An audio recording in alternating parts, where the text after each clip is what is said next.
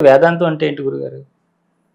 వేదములు చెప్పి చెప్పి ఎక్కడైతే ఆగిపోయో ఆ తర్వాత ఉన్న విషయానికి వేదాంతం అని పేరు. అంటే వేదాలకు కూడా అందందా? అందే కదా అవాంగ్మానసగోచరం అని పేరు చెప్పారు. హ్మ్. సకల వేదములు నీ సన్నిధిలో సాగిలి మురిక్కిర అనులాచల అంటారు గురుగారు. హ్మ్. సన్నిధిలో సాష్టంగా కూడా చెప్తున్నాయి విషయాన్ని చెప్పింది, సమగ్రంగా చెప్పింది. చెప్పి చెప్పి చెప్పి ఆకలిని ఒక నమస్కారం పెట్టింది, ఇది కాదు అని. హ్మ్. ఇది కాదంటే దాని అర్థం ఏంటి? ఇది కాదనే. హ్మ్. అది ఇక్కడ దొరకదని. హ్మ్. కాబట్టి ఆ వేదములు చెప్పి ఊరుకున్నాయన్నమాట అండి. ఆ తర్వాత ఏదైతే ఉన్నదో అది. అంటే వేదాల అందుకనే కదా దానికి అవాంగ మానసగోచరం అని పేరు. హ్మ్. దాని అర్థం ఇది కాదనే. అంటే మనకి మరి ఈ వేదాలు, ఉపనిషత్తులు ఇవన్నీ చెప్పినవి మనకేం ఉపయోగపడవంటారు ఇది కదా? కాదని చెప్పడం కొరకే. హ్మ్. ఎందుకు ఉపయోగపడడం లేదు? ఇది అనుకున్నాడు కాదనే విషయం తెలిసింది కదా, అదే ఉపయోగం. హ్మ్. ఇది అనుకుంటే ఇది అయిపోయిందండి, ఇది కాదని విధిస్తే అదే కదా ఉంటుంది. హ్మ్. అదే వేదములుగా ఉన్నది. అదే వేదరాశికుంటే తన విషయం తానే చెప్పుకుంది. ఏదో రూపంలో తన గురించి తన కథ తానే చెప్పుకోవాలి కదా. ఎవరు చెప్తారు? ఎవరు చెప్పే అవసరం ఉంది? తన కథ తానే చెప్పుకుంది. అంటే నేను ఇది ఎవరికో ఒక పనిముట్టుగా ఉపయోగపడుతున్నాను ఈ దేహదారి అయి. ఎవరికో కాదు, తనకే తాను ఉపకరణాన్ని సృష్టించుకుని తన వైపు నుంచి చూసుకుంటే లీలని చెప్పారు. మన వైపు నుంచి చూస్తే జీవితం అయింది కానీ ఆ జీవనం ఆయనకి లీలే కదా. తనకి లీల. ఆట గదరా శివ, ఇది ఆట గదరా అంటారు. నిజమే, ఆయనకి ఆట ఇది, మనకి నిజం. ఆయనకి ఆటే మరి. ఇప్పుడు ఆయనకి సమస్య లేదు, మనకి కదా ఉంది. కాబట్టి మనం ఏం చేయాలనేది ఆలోచించుకోవాలి. ఏం చేయాలి? ఆయన పక్కన వదిలేసి వాడు చెప్పిన మాట వినాలి. వాడు నా ఈ బూతులు కొన్ని చోట్ల ప్రకాశిస్తున్నాయని చెప్పారు కదా, అక్కడ ఆశ్రయించి వాడు చెప్పినట్టు వింటే సరిపోతుంది. ఇప్పుడు గురువు అన్నాడు, భగవంతుని యొక్క ఈ భూతి కదా గురువుగా తెలియబడ్డది. వాడు చెప్పింది మనం అదే చెప్పినట్టు వినడమే. ఇప్పుడు వ్యవహారానికి వచ్చి ఇది మొక్క నాటు అంటే మొక్క నాటుతాం, లేకపోతే ఇది చెయ్యి అంటే చేస్తాం, ఇది తిను అంటే తింటాం, లేకపోతే ఇలా కూర్చో అంటే కూర్చుంటాం. ఇది ఒక వస్తువుకు సంబంధించింది. ఇదేమో కేవలం మనోగతం కూడా కాదు, మనసుకి అందన పరతత్వం గురించి గురువు దగ్గరికి వెళ్ళి కూర్చొని తెలుసుకోవాలనుకున్నప్పుడు గురువు చెప్పింది అవగాహన చేసుకుంటే సరిపోతుంది. అవగాహన అనుభవంగా మారుకుంటుంది, అనుభవమే తానవుతుంది. అది అవసరమా అని అడిగారు ఇందాక. బుద్ధి బలహీనంగా ఉన్నప్పుడు తను తానుగా అందుకోలేనప్పుడు ఆ బలమైనటువంటి వాడిని ఆశ్రయిస్తే సహకరిస్తుంది కదా. అక్కడ నిలబడడానికే బలం అనేది. తాను బలవంతుడైతే అక్కడే ఉంటాడు కదా, యువతల వైపు కిందకి వస్తాడు. కాబట్టి బుద్ధిగా మనసుగా బలహీనంగా ఉన్నప్పుడు గురువుని లేక ఆ దేవుణ్ణి ఆశ్రయించవలసిందే. గురువన్నా దేవుడన్నా ఆత్మన్నా ఒకటే. అదే దేవుడిగా అదే గురువుగా ఉంది. కాబట్టి దేవుడు కూడా మనం డైరెక్ట్గా అడగడం కుదరదు. కాబట్టి దేవుడు తన గురించి చెప్పుకోవాలన్నా తానే గురు రూపంలో ఉండి చెప్పుకోవాలి. కాబట్టి గురువే ఇక్కడ ప్రధానమైన ఇక్కడ మనకు కనిపించేది. అవసరమా అంటే నీ సామర్థ్యాన్ని బట్టి అవసరం లేకపోవచ్చు. నీకు సామర్థ్యం ఉంటే బలంగా ఉంది, నిర్భయంగా ఉంది, ఒక్క మాట వింటే సరిపోయింది, అక్కడ ఆగు అంటే ఆగిపోయారు, కదలకుండా ఉండిపోయారు. నేను కదలకుండా అక్కడ ఆగిపోయారు, అవసరం లేదు. ఇప్పుడు కదలికలు వచ్చేసాయి అనుకోండి, బలహీన పడిపోతున్నట్టే కదా. కాబట్టి అప్పుడు అవసరం అని చెప్పాలి. ఈ ఏంటి గురుగారు, జీవాత్మ, ఆత్మ, పరమాత్మ అంటారు కదా, మూడు వేరువేరుగా ఉన్నాయా ఏంటివి? అదే కదా, శరీరంగా ఉన్నప్పుడు జీవాత్మ అన్నారు, శరీరంగా లేనప్పుడు ఆత్మగానే ఉన్నది. నేనున్నానే ఆంస్ఫురణ ఉంది కదా మేల్కొన్న తర్వాత, అదే ఆత్మ. నేను ఆత్మ ఒకటే. అది దానికి ముందు స్టేజీని పరబ్రహ్మము పరమాత్మ రెండు అభిన్నము కలిసి ఉంటే వాడు తలంపు అనే కదా చెప్పుకున్నాం. నేను ఉన్నాను అనేది భగవంతుని తలంపు, సంస్కరణ ఉంది కదా.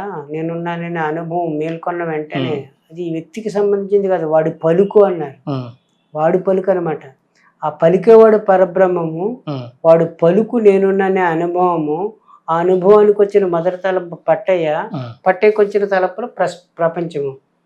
ఇక్కడ తెవలద విషయం, అక్కడ సందేహమే లేదు. కాబట్టి మనకి ఎక్కడ వరకు సాధ్యపడుతుంది అంటే, నేను అనే అనుభవం నీకు ఉంది కాబట్టి ఆ అనుభవాన్ని ఆశ్రయించి ఉండు అక్కడే, ఈ వైపుకి వచ్చేయకు.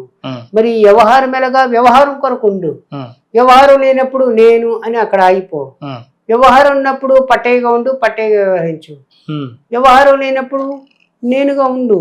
నేనుగా ఉంటే నేనుకు మూలమైన పరతత్వం ఏది ఉందో అది స్వానుభవంగానే ఉంటుంది. నేను నుంచి ఈ వైపుకి వచ్చేస్తే దానికి ఈ పట్టయ్య అనేది తలంపు కాబట్టి ప్రపంచం అనుభవంగా ఉంటుంది. ప్రపంచానుభవం పట్టయ్యకి సంబంధించింది, ఇంతకుముందు చెప్పుకున్నాం. నేను అని సైట్ లో ఉండిపోతే బ్రహ్మము లేక పరబ్రహ్మము పరమాత్మ అనేది నేను అని సైట్ కి సంబంధించింది, అవతల వైపుది, ఇవతల వైపుకి రాదు అది. కానీ ఇక్కడ ఒక సాయిస్తుంది మనకి, నేను అనే అనుభవం మీకు ఉంది కాబట్టి అక్కడ ఆగే అవకాశం ఉంది, సాయిస్ కూడా ఉంది. అక్కడ దాకా స్వేచ్ఛ కూడా ఉంది. ఎక్కడ దాకా ఉంది, నేను అని ఉండడానికి, అక్కడ దాకా ఆగడానికి స్వేచ్ఛ ఉంది. నేను నుంచి ఒక్కడుగు ఈ వైపుకి వచ్చేస్తే మీరు అస్వతంత్రులు అయిపోతున్నారు, స్వేచ్ఛ ఉండదు. ఇంకా పట్టేకి వచ్చేస్తే స్క్రిప్ట్ లో భాగం అయిపోయింది కదా, ఇక్కడ ఉన్నట్టు నటించవలసిందే, వేరే మార్గం లేదు. కానీ అక్కడ ఉండి దీన్ని చూస్తే ఏకకాలంలో స్వేచ్ఛగానే ఉంటారు, స్క్రిప్ట్ గాను ఉంటారు, స్క్రిప్ట్ లో భాగమైన వారుగానే ఉంటారు. సాక్షి స్థానంలో ఉన్నవాడికి మాత్రమే వీలు పడుతుంది. కానీ సాక్షి వైపుకి వచ్చేస్తే స్క్రిప్ట్ లో భాగం అయిపోయినట్టే. నవ్వితే నవ్వడం, ఏడిస్తే ఏడిస్తే ఏడిపోస్తే ఏడడమే, వేరే మార్గం ఏమి లేదు ఇక్కడ. అంటే మన నుంచి విడివడి సాక్షిభూతంగా ఉంటూ కూడా ఈ భౌతికమైనటువంటి కార్యక్రమాలు కానీ ఇవన్నీ కూడా చేస్తూ ఉండొచ్చు. వారినే కదా మహనీయులు అన్నాం మనం. అలా చేసిన వారినే ఈ రోజు మహనీయులు అని చెప్పుకుంటున్నాం. భగవాన్ ఉన్నారు, మన గురువు గారు ఉన్నారు, వారు ఎప్పుడు వారి సైట్ లోనే ఉంటారు. వారుగా వారు ఉండి వ్యవహరిస్తుంటారు. ఆ సైట్ లోంచి దిగడం అంటే తనచే చూడబడి తనదే తానుగానే ఉంటుంది. మీరు తినండి, మీరు తింటే నేను తిన్నట్టే లెక్క వచ్చేస్తుంది అంటున్నారు. ముందు మనల్ని తినమంటున్నారు. కాబట్టి ఈ నోరుతో మాత్రమే నేను తింటున్నాను అంటే జీవుడు, అన్ని నోరులతో తినేవాడు నేనే అని ఎరుకుంటే మీరు దేవుడే అవుతున్నారు. కాబట్టి ఈ నోరుకి పరిమితం అయిపోయారు. కాబట్టి ఈ నోరుతో తినేవాడు ఉన్నారు కాబట్టి మీకే జీవుడు అని పేరు వచ్చింది. లేదా అన్ని నోరులతోటి నేనే తిన్నాననే జ్ఞానంగా ఉంది కాబట్టి మన మహనీయుడు దేవుడు గురువు అంటున్నాం గురుగారిని. మరి ఏకకాలంలో అన్ని నోరులుగా ఉన్నది నేనే, అన్ని ఉపాధులుగా ఉన్నది నేనే అనే అనుభవం సహజ లక్షణంగా ఉంటుంది, తెచ్చిపెట్టుకునేదిగా ఉండదు. మనకి మరుపు జ్ఞప్తి ఉంది కాబట్టి గురువు చెప్పినటువంటి మాటలు విని అక్కడ ఉంటే ఆ జ్ఞప్తి సహజ లక్షణం అవుతుంది, అది సిద్ధిగా మారుకుంటుంది. ఆ సిద్ధికి ముందు మరవడం, మళ్ళా గురువు గారు చెప్పినటువంటి మాట జ్ఞప్తికి తెచ్చుకోవడం, జ్ఞప్తికి తెచ్చిన చోట్ల నేను అని ఉండడము, వ్యవహారం కొరకు వ్యక్తిగా ఉండి వ్యవహరించడం, మళ్ళా జ్ఞప్తికి తెచ్చుకోవడం, ఆ జ్ఞప్తి దగ్గర నిల్చుంటే ఆ నిల్చున్నప్పుడు సహజ లక్షణంగా మారుకుంటే అది సిద్ధి అవుతుంది. అది ప్రయత్నపూర్వకంగా మళ్ళీ మర్చిపోవడం, మళ్ళీ జ్ఞప్తికోవడం ఉంది కాబట్టి దీని సాధన అని చెప్పుకోవచ్చు, తప్పేం లేదు. కానీ సాధన అని చెప్పుకోవచ్చు, ఏదో చెయ్యడం కాదు, ఆ జ్ఞప్తిగా ఉండుట, మరిచిన దాన్ని గుర్తుకు తెచ్చుని ఆ గుర్తుగా ఉండుట, అది సహజ లక్షణం అయితే అదే సిద్ధి కదా, రెండు లేవు, ఒకటే. వారిని అలాగా అది సహజ లక్షణంగా ఉన్న వారిని మహనీయులు జ్ఞానులు అని చెప్పేసి మనం చెప్పుకుంటున్నాం ఈ వైపుకి వచ్చి. అట్లాంటి వారే మన గురుగారు. సాక్షాత్తు సందేహమే లేదు. మన జ్ఞానమని, బ్రహ్మమని, అనంతమని ఏదో చెప్తున్నారు కదా అవాంగ, అదే డైరెక్ట్ గా మాట్లాడే కూడా ఆ పరమాత్మ నుంచి ఇటువంటి వారమే, ఆ పరమాత్మ స్వరూపులమే మనందరం కూడాను. పరమాత్మయే మనం అనుకుందాం. అంగాలు చూసుకోండి. మరి ఈ గురువు శిష్యులు తారతమ్యం, ఈ భేదాలు, ఇది చిటికినే వాళ్ళు ఏమనుకుందంటే ఈ శరీరాన్ని తెలుసుకోవాలని చెప్పేసి ఆరాటపడుతుంది అనమాట అండి. ఇదంతా గురువు అనమాట అండి, మొత్తం అంతా. గురువు తెలుసు ఇది నాకు అన్యంగా లేదనే విషయం. కానీ పాపం నేను సన్నగా ఉన్నాను, పీలగా ఉన్నాను, విడివడి ఉన్నాను నేను అనే ఒక బుద్ధి దృఢం చేసేసుకుందండి. దీన్ని పొందాలని ప్రయత్నం చేస్తుంది అనమాట అండి. వీడు చెప్తాడు, ఒరే నువ్వు నేను కలిసే ఉన్నా, నాకంటే నువ్వు విడివడిగా లేవు అని చెప్పారు. తెలిస్తే ఇది జ్ఞానోదయం అవుతుంది. జ్ఞానోదయం అయితే అదే తాను, ఆ దేహంలో భాగమే. ఒక విషయం అండి, పరమాత్మ స్వరూపులే మనందరం అయినప్పుడు దీంట్లో జ్ఞానం ఉన్నవాడు జ్ఞానం లేనివాడు ఏంటంటే తేడా? అది మన వైపు నుంచి చెప్పుకునే మాటలు. అక్కడ తేడా ఉంది. సముద్రమేకి అలలుగా చూసుకున్నప్పుడు అనేకంగా కనపడుతున్నాయి. అలలుగా ఉన్నప్పుడు సముద్రానికి విడివడి నేను ఉన్నాను అని ఏ ఆలే గొప్పగా చెప్పుకోవచ్చు కాక, కానీ సముద్రంగా చూసుకుంటే ఒకటే కదా ఉంది. సముద్రం అలా విడివడి లేదు కదా. సముద్రంగా ఉంటే అది బ్రహ్మము, అలవాడి ఉంటే జీవుడు. అలగా ఉంటే కాబట్టి కలిసే ఉన్నది. విడిగా ఉన్నాను అనుకునే సమయం నందు కూడా కలిసే ఉన్నది. ఆ విడివడుట అనేది లేనే లేదు అసలు. ఒక దేహం నుండి మీ ఒక అంగాన్ని విడివడుట అనేది లేదు. అంతా కలిపి నేనని సంబోధిస్తున్నారు కదా దేహాన్ని. దేహం నేను అని సంబోధిస్తున్నారు కదా. మరి దేహంలో నువ్వు ఎక్కడున్నావు వెతుకు చూడు అంటే ఎక్కడున్నావు అని చెప్తారు. అంతా మీరే. మీరు చిటికినేలు మీరు కదా, కాలు మీరు కదా, పాదం మీరు కదా, పట్ట మీరు కదా, అంటే అన్నీ మీరే కదా. అన్నీ కలిపి నేను సంబోధించినంత మాత్రం చేత మీరు చూపించమంటే చూపించడం కుదరలేదు మీకే, కానీ నేను సంబోధిస్తున్నారు కదా. మరి వాడు ఎలా కనిపిస్తాడు? అంతా తానే వ్యాపించి తానుగా ఉన్నాడు, కానీ వెతికితే దొరకడం. ఊరుకుంటే తానే ఉన్నాడు. ఇప్పుడు పూర్వం మన పెద్దలు చెప్పారండి, నా చిన్నప్పుడు ఎప్పుడో 15-20 సంవత్సరాల కాలంలో విన్న మాటలు. ఊరుకుంటే దేవుడు ఊగిసలాడితే జీవుడు అన్నారు. అంతే, ఆ మాటే ఇప్పటి వరకు నేను వింటూ ఉన్నాను. ఆ మాటలో చెప్పాలంటే ఇందాక మీరు అన్నారు కదా, నిజం.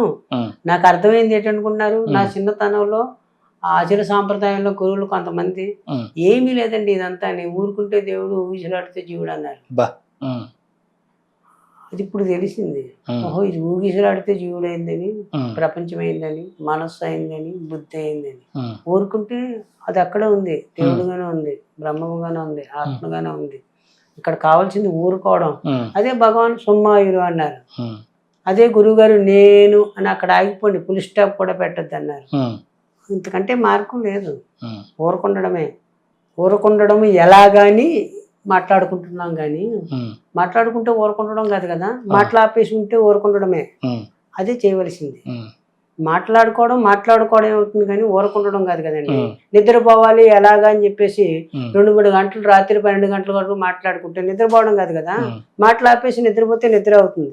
ఇది కూడా అంతే. ఊరుకుండడం అంటే ఊరకుండడమే. ఇప్పుడు బాబు గారు అని ఉన్నారు గురుగారి శిష్యుల్లో వారు. ఓసారి ప్రశ్నించారట,